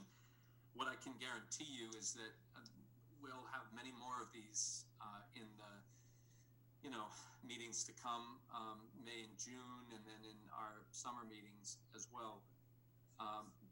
But the message that I want to just kind of leave everybody with tonight is that, I'll say it again, there is no way that this fall can start with nothing having changed as a result of this. We have learned too much about what we're capable of. We've learned too much about what students are capable of. We've learned too much about as John pointed out, the variety of platforms that heretofore we had not used, that we can now use. We've learned too much about the importance of flexibility to ever go back to being, if we ever were, we can't again, be inflexible, and that has to do, with every aspect of our teaching. And I think that if we, as a community, as board members, as administrators, as teachers, parents, as students, if we expect the system to look just the way it did before, I'll say we will have missed an opportunity. So to Brandy, I would say that we are absolutely paying attention to all the things that we're learning. And it also strikes me, we've talked about UDL for the last year or so. And, I've received a few emails that have said, well, Mr. McLaughlin, you talk about UDL, but it's not happening for my student. I will just sit here and acknowledge, no, it probably isn't. But that doesn't mean that I'm not, or that we are not honest about committing to the principles of UDL, which really inherently are embedded in flexibility, in differentiation. And it's also important to say that, things don't always change on a dime. I mean, it has taken a global pandemic to get us sometimes to think about operating in a little different way. And so the fact that individual experiences right now might not completely reflect universal design for learning principles doesn't mean our district isn't committed to them. And it doesn't mean that we're not going to hold, ourselves accountable to continue to learn about what that means and implement them. I mean, we really have very candid conversations at our leadership team about what it really means to change, not for the sake of change, but change because change is required. And I think John and Matt can attest, we don't pull any punches when we're at that table about what that is going to mean. So we'll have plenty more to say about how things will look differently, but lest anybody think that we're just trying to get through this year and not thinking about that or learning those lessons, that is not true. Brandy. I also, in this dialogue, wanted to point out that it is, as a board member, for me personally, I think it's really important to understand the magnitude of how much this affects my children, but also all of the students, and what that translates to for all of the teachers. And I just couldn't continue the dialogue without noting that it's been incredible to watch our teachers in this environment and all that they've had to do through, obviously, the direction of the administration.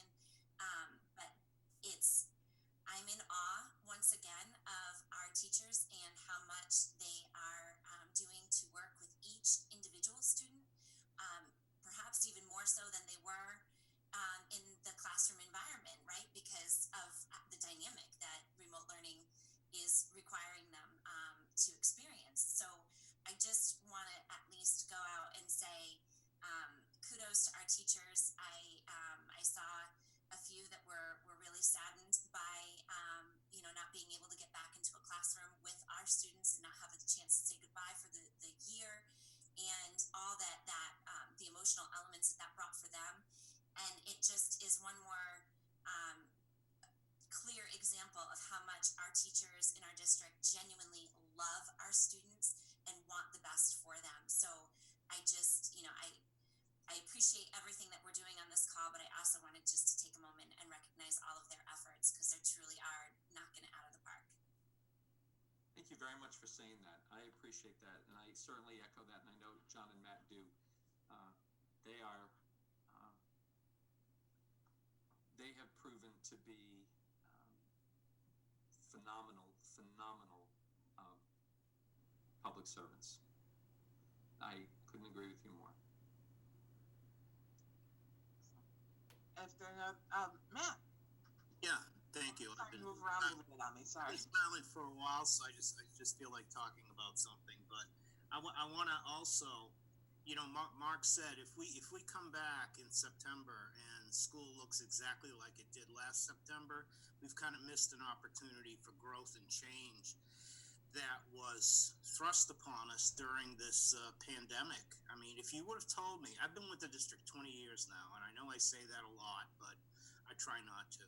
And if you would have told me on a dime we would have turned second base and just ran all the way to home with this remote learning, and it was tough. It was very tough for teachers and for students and everything like that, but the window was really tight, and everybody came up with great support from Nancy Rose and the tech people and from the principals and administrators, and stepped up to the plate and just knocked it out of the park. I'm not saying, it was perfect, but boy, I'll tell you, it is something that I never would have imagined in my wildest dreams that Merrimack School District would be able to transition to. It's been really, really cool to watch. And I know it's stressed a lot of people out, and, my thanks and appreciation goes out to everybody who was a part of it. Even our food service people were getting bored with the menu. So they changed it up. And so the most popular thing people ask for now is it chicken salad day, because they really enjoy the chicken salad that the food service people make. I mean, we've served 60 6,748 meals thus far. It's around 300 a day. You know, and for future consideration, if this pandemic continues and there's no reason not to, that may be something that we may ask the board to consider if we want to continue this going during the summer months. I don't know, but it's something to think about. So I just figured I'd throw that out for future consideration. But, you know, this has been an enormous change in people's willingness to change with it and go with things that aren't perfect and aren't delineated for them in an organized fashion, to take chaos and make sense of it and to make it positive. That's really talent. That's what talent is called. So I just want to throw my 2 bits in there. It's at the end of the meeting, so I figured I'd get a word in, or 2 or 3. Thank you. Thanks. Brandy, I saw your hand up. Yes, one other thing, as we're going through this process, Mark, we had spoken, I think it was at our last meeting at the town hall, we spoke about kind of keeping a tally, if you will, or a list of items that we might want to focus on in our future from all that comes from this pandemic. And part of that was relative to policy. And I know that we were talking prior to any conversation surrounding COVID about checking in with our policies and having some revamp of what those might look like. And throughout this process, it doesn't, we can look at the old policies that we have in place and see if any of those need some rework or readdressing. But I also am wondering if, as we move forward, if there's anything that we need to kind of look into as far as creating new policy or any of that. So as we're moving through this process, anything that kind of comes up in your mind, just, please let us know so that way we can continue to address that. And, I know Cinda has mentioned it as well as Shannon several times that, that's policy is really important and part of our job. So we want to make sure that we're staying on task as well with that and not letting any of that fall behind either. Thank you very much. My assistant, Sandy Swanson, has been actually diligent prior to COVID on pulling together the work that you're describing, because we've really wanted to review, those policies that, were old and need to be reviewed, and those that are, completely out of date. And then to your point about what maybe new needs to happen. And it is as if pre-COVID, I don't even remember anymore, but we did talk about that at a board meeting sometime in the winter. And I had begun to, we had begun the process of bringing things to the board's attention, and then, something else happened. But as I hate to use the term normalize, because I don't want to, act as if this is the new normal. But as we begin to get our feet under us, and I still say begin because, this has been a whirlwind for all of us. And then I look forward to those times when we can get back to that kind of business and not have every item be about, dealing with this one particular issue. So thanks for that reminder. And Sandy's put us in good place to hit the ground running with some really good hierarchy of need relative to board, to policy that we'll be able to provide to the board, in a not too distant future. Thank you. So if there are no other comments on curriculum assessment and grading, I have very little to add. I think a lot of it was hit by other board members and administrators. Again, just, we can't say thank you enough to our staff, our leadership.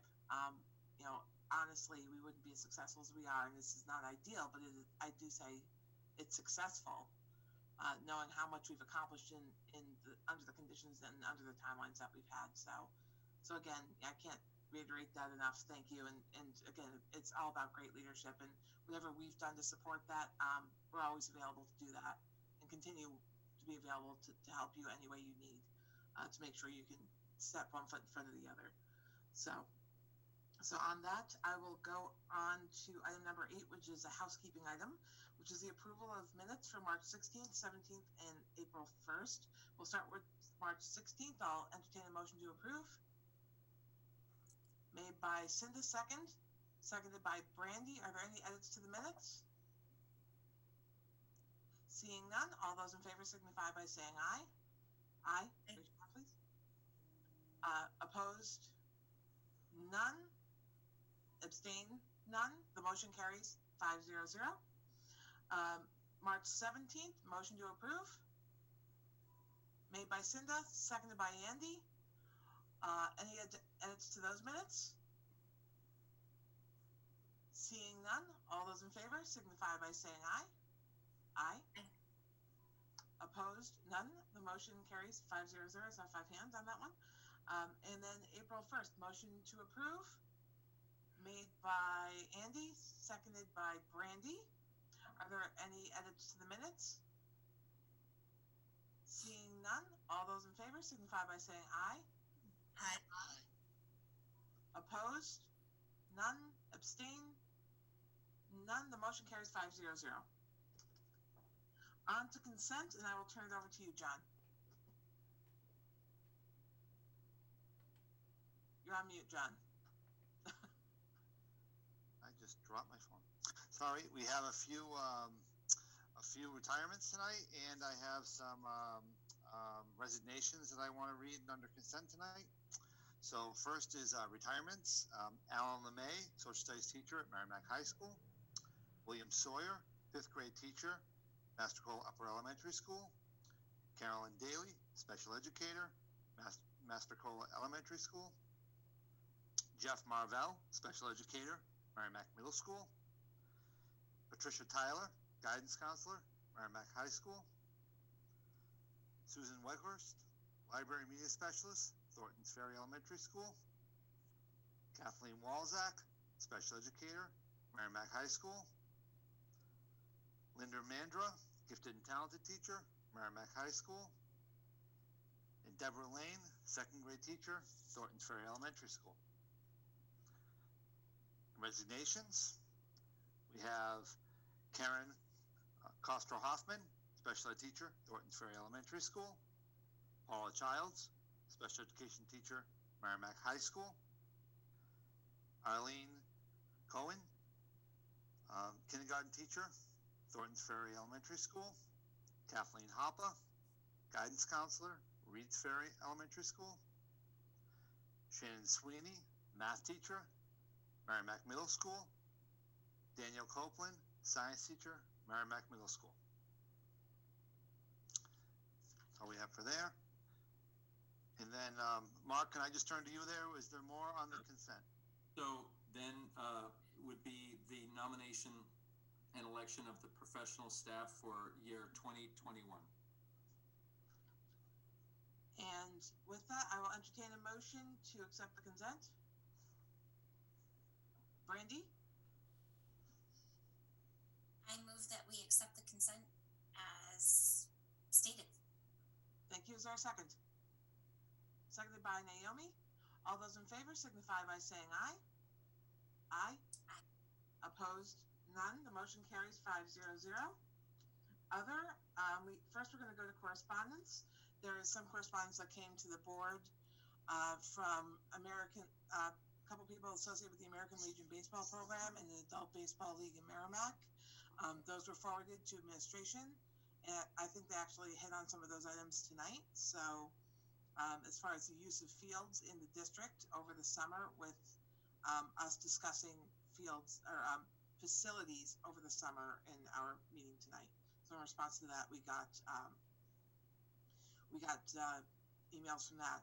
There's also a candidate for office asking us to revote on warrant articles. And then there were a couple of parents that reached out to us providing feedback on remote learning experiences that they've had since it started. And honestly, I can't say enough thank you, for your understanding that this is clearly not the ideal for anyone, and doing our best.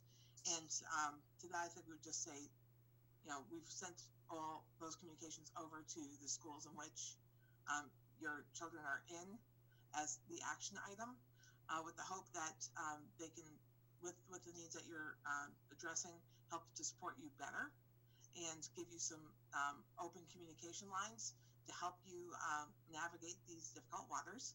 And so thank you for reaching out. And if, of course, the board is available to help, but from the front lines, we just want to make sure you're getting the supports that you need as well.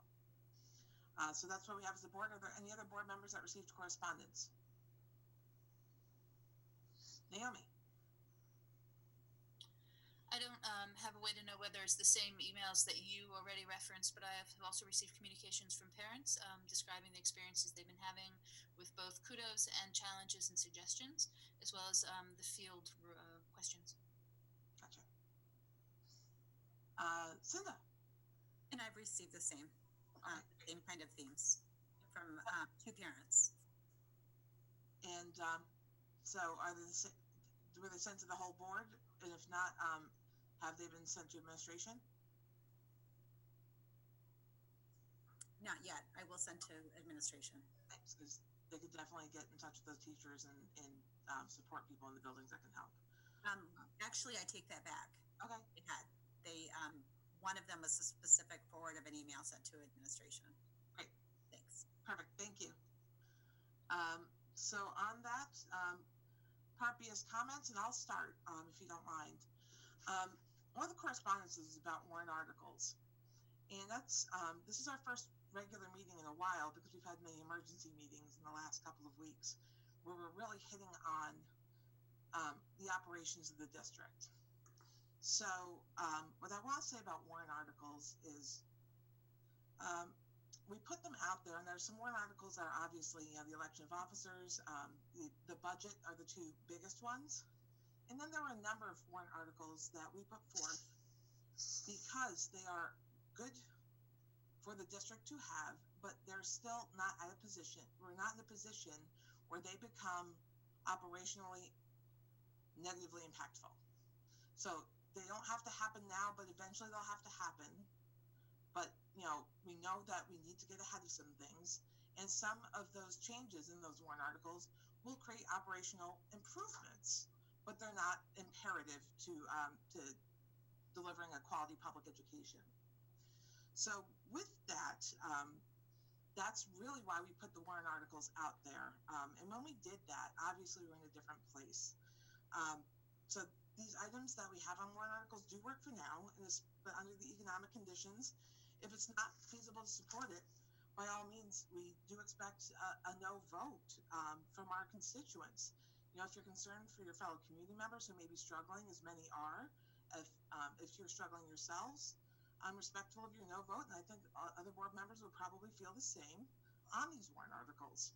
But unfortunately, as a board, we cannot change our official position, as they were made final at our deliberative session in March, before, of course, all of this happened, and will appear as such on the ballot. So we respect and understand and appreciate those who will be voting on these issues, and we do not see a no vote as a lack of support for this district's or this board's hard work and this district's and board's leadership. So, we have definitely exhibited that consistently, and a no vote that we don't feel is an affront to that. It's why we did put those warrant articles out there, because it gave you a choice. And at the time, the economic environment was more palatable than it is today to consider it. And if you feel that's not worthy of consideration right now, we wholly understand where you're coming from. But we cannot, as a board, unfortunately, for legal reasons, change our position as a board because that was finalized at deliberative session. So, again, thank you for your understanding on that. You'll see even in the voter's guide when eventually do get one out, because we can actually vote, that it will probably have our supportive votes on that. But just a reminder that those votes are made in an environment that was considerably different than what we're experiencing today. So again, a no vote, we don't take it as your lack of support for our educational efforts. But we do understand where you're coming from, and we respect it and we appreciate it. So I just wanted to say that because, I think the correspondence says we should take a stand, and we always do and we always take a role of leadership. We always do. That's why we were hired. We were hired to be leaders in our role as board members, and those that we hire to be administration, we choose those very carefully and wisely based upon what they can bring to the table, and they've proven day after day since they've come to the district why they're in those roles and why they've even evolved to larger roles. So with that, I appreciate this opportunity under comments to be able to make those comments, but we really do appreciate you at home and what you're going through, families, the struggles that you're having. It's why we spent so much time talking about reimbursements, why we're spending so much time talking about how good of an education we could deliver under these conditions.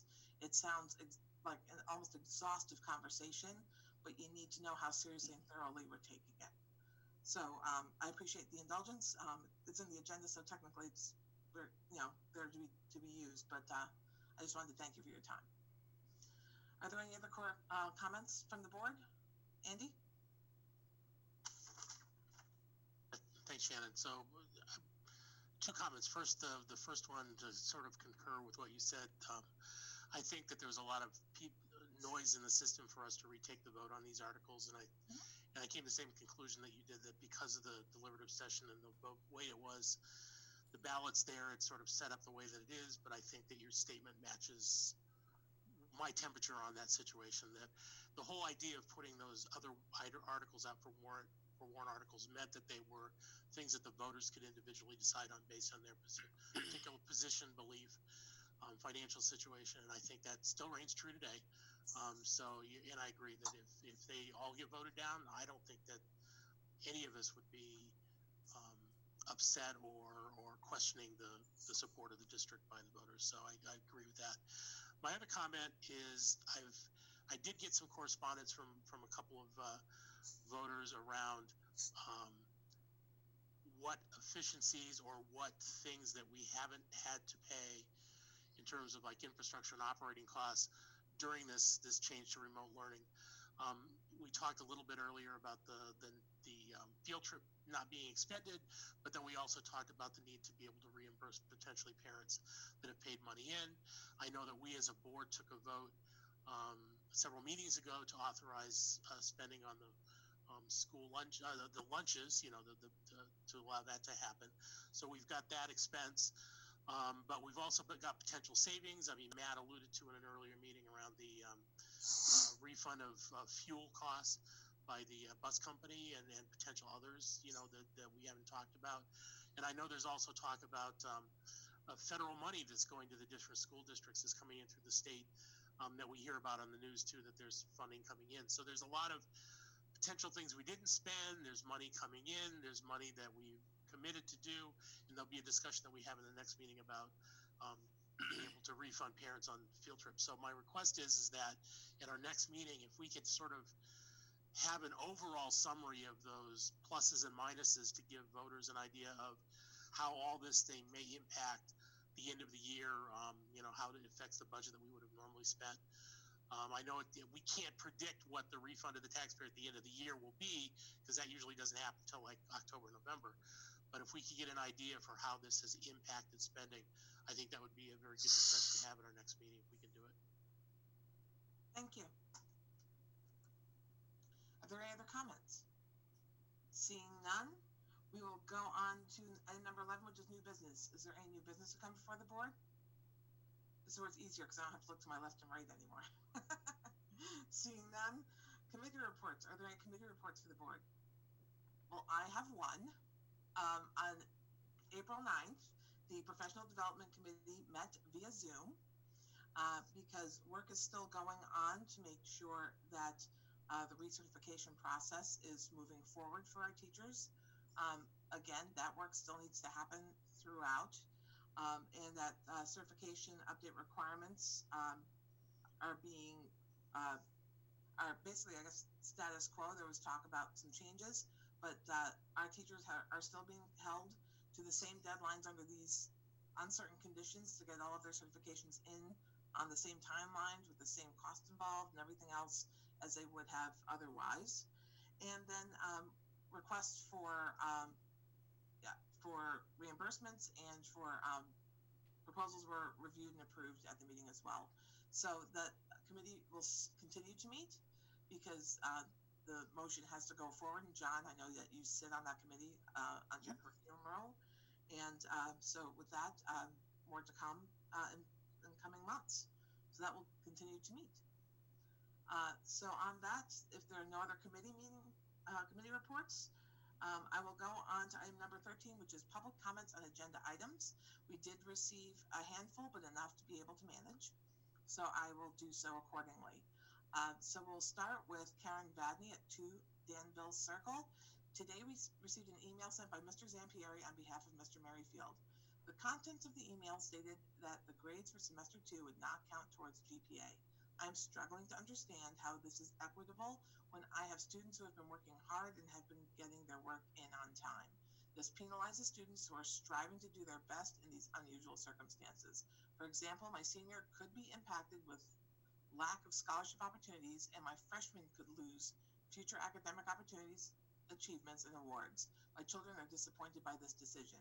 To quote my daughter, I don't go to school for grades to not count. Is there any opportunity to select opt-in or other considerations in regards to GPA? The next email is from a 10th grader. So no address is required. 10th grader named Gavin. So hello, Merrimack School District School Board. My name is Gavin Clark, and I'm a sophomore at Merrimack High School. After learning that the board ruled to make grades not count toward GPA, I have some very serious questions and concerns. I would appreciate it very much if you could read through the rest of my email and address some of my concerns. Many students have worked very hard through this third quarter and throughout the remote learning. It feels as if those students aren't being treated fairly by not counting grades for GPA. I understand it may be hard for some students to do remote learning, and that is why the decision was made, but is that really fair to everyone or just students that are struggling? Why should students that aren't struggling be punished and not have their grades counted toward GPA? Is it possible for students to opt to or opt not to have their semester 2 grades count toward GPA? If a student is doing well, shouldn't they be allowed to count it? If a student went the extra mile and worked hard, when they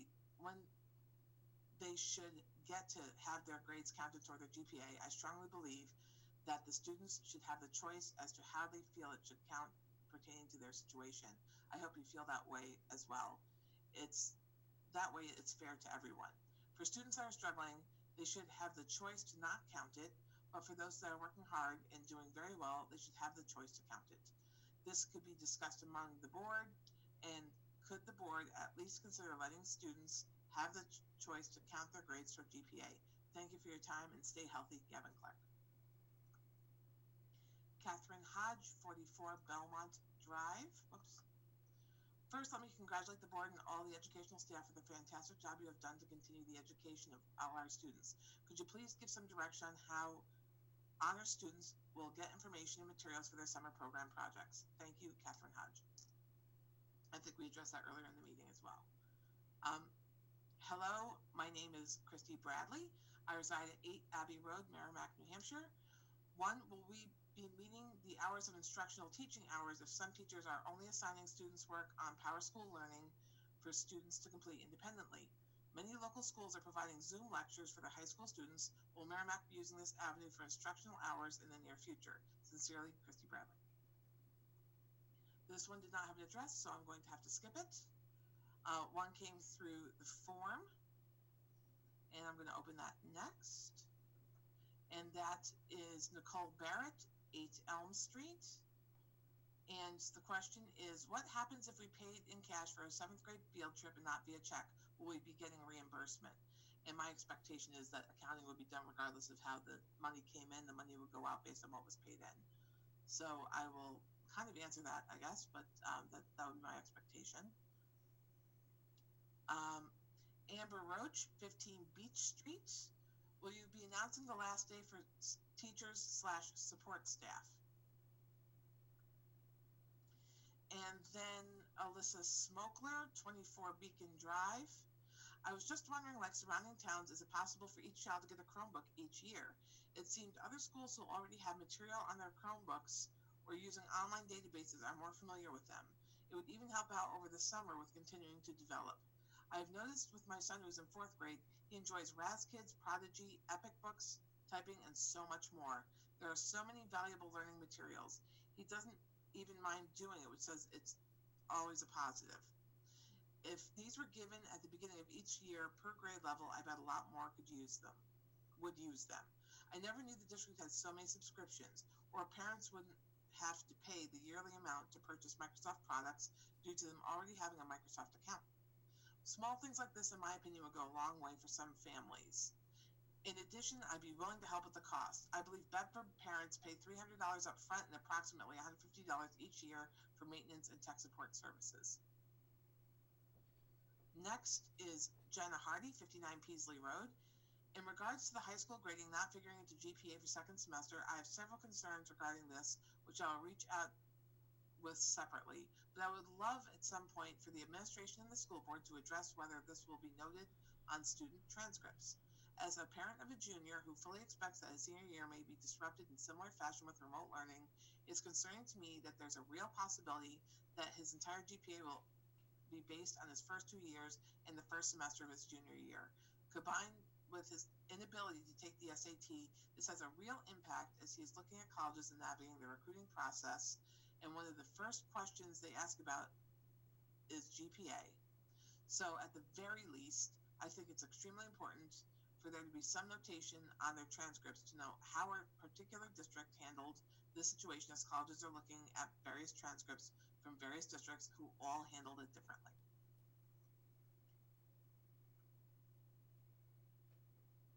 And the next is, that's it.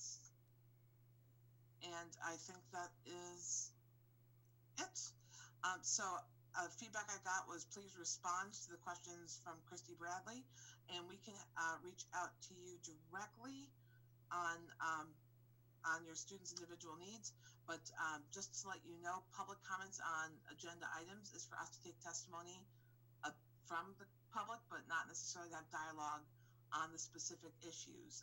So that is what it's designed to do by its makeup. So on that note, I think that concludes public comments on agenda items. With that, I will entertain a motion to adjourn. Made by Andy, second. Seconded by Brandy. All those in favor signify by saying aye. Aye. Opposed? None. The motion carries 5-0-0. Thank you and good night.